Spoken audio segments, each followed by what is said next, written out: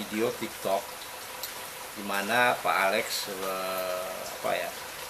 memberikan semacam protes atau keberatan keras ya terhadap tulisan saya yang beredar di media sosial. Saya pernah muat saya di Facebook.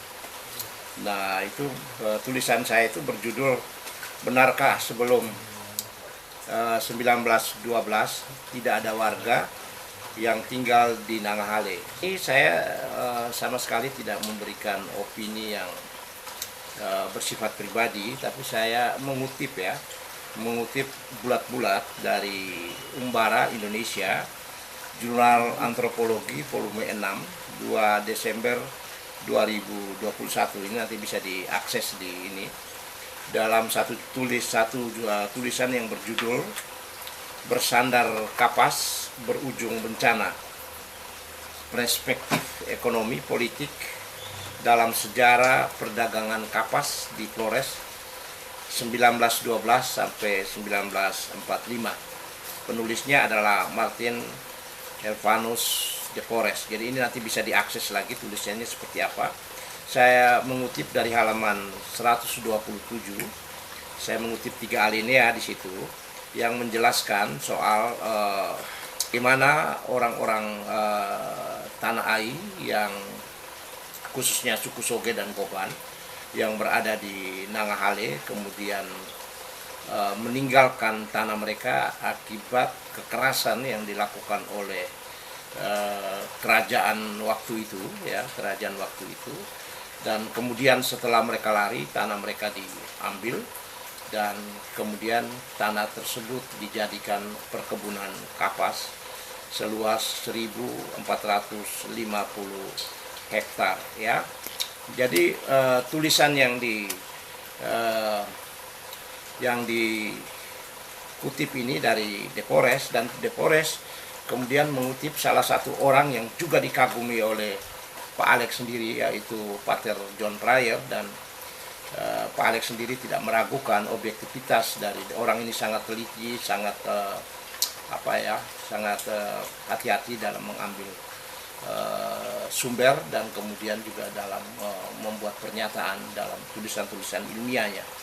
Jadi saya yakin apa yang dia sampaikan merupakan sebuah kebenaran ilmiah yang bisa dipertanggungjawabkan. De Forest mengutip dari satu tulisan John Pryor berjudul "Hukum Adat dan Positif Berseberangan". Ya, hukum adat, hukum positif berseberangan. Mana peran teologi Kristen? Catatan dari Pulau Flores, John Masford Pryor. Nah, kita lihat di halaman, sebentar saya lihat kutipannya ya, dan saya akan baca kutipannya ini secara menyeluruh. Ya, beliau menulis begini: masyarakat adat setempat, Raja Nairoa 1902 sampai 1929 dengan paksa menyuruh pindah orang-orang Soge ke pedalaman dengan alasan bahwa wilayah Nanggahale tidak sehat, dalam kurung malaria, sering banjir, dan sekian sering menjadi medan laga bagi kampung-kampung setempat. Ketika mereka tidak mau berpindah ke wilayah pembukitan, Nairoa dengan persetujuan diam-diam Belanda membakar kampung mereka. Setelah tanah itu dibersihkan, maka tahun 1912 ia menyewakan sekitar 1.400 hektar kepada sebuah perusahaan swasta Belanda untuk dijadikan perkebunan kelapa dan kapas. Proyek kapas gagal, dan sejak tahun 1915 dan 1916 perkebunan ini dialihkan sepenuhnya untuk menanam kelapa, dan tetap demikian hingga saat ini. Saya menduga apa yang dijelaskan oleh Pater John ini adalah tanah di Nanggahale. Jadi di sini terjelaskan bahwa orang Nanggahale sesungguhnya ada, ya, sebelum 1912. Mereka berpindah dari tempat itu karena diusir. Ya, mereka dipindah dari situ karena diusir.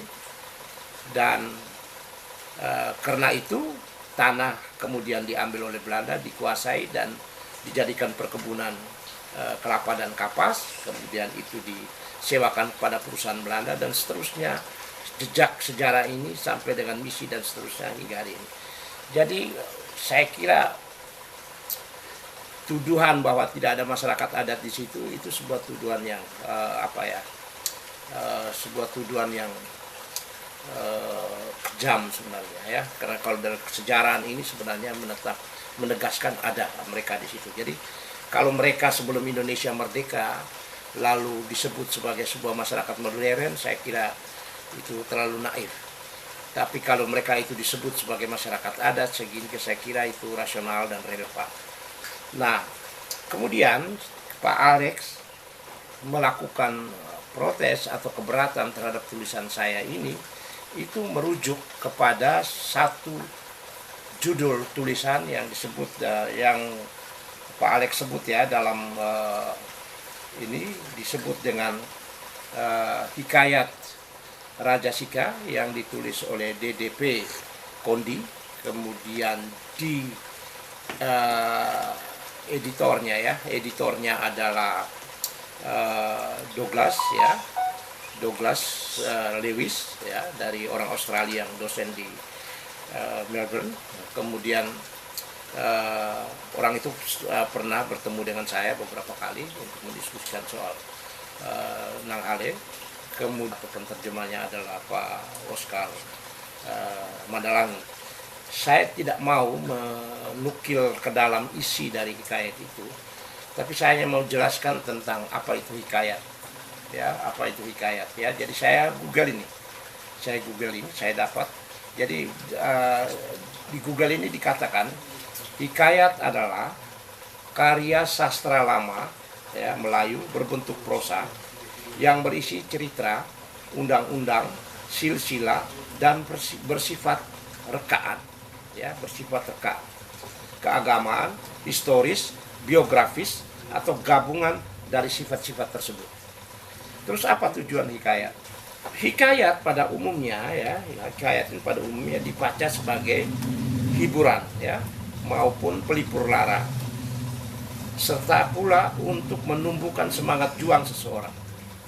Nah, oleh karena itu saya kira Pak Alex sendiri tentu tidak rela sebuah tulisan ilmiah orang yang Pak Alex kagumi, John Pryor, itu kemudian disandingkan dengan sebuah hikayat sebagai alat kritik terhadap penulisan Pater John. Ini saya kira penghinaan terhadap sebuah karya ilmiah yang demikian bermutu, yang oleh Pak Alex sendiri mengakui bahwa John Pryor adalah orang yang benar-benar punya integritas dalam konteks intelektual. Saya kira begitu Pak Alex, ini yang bisa saya tanggap. Terima kasih.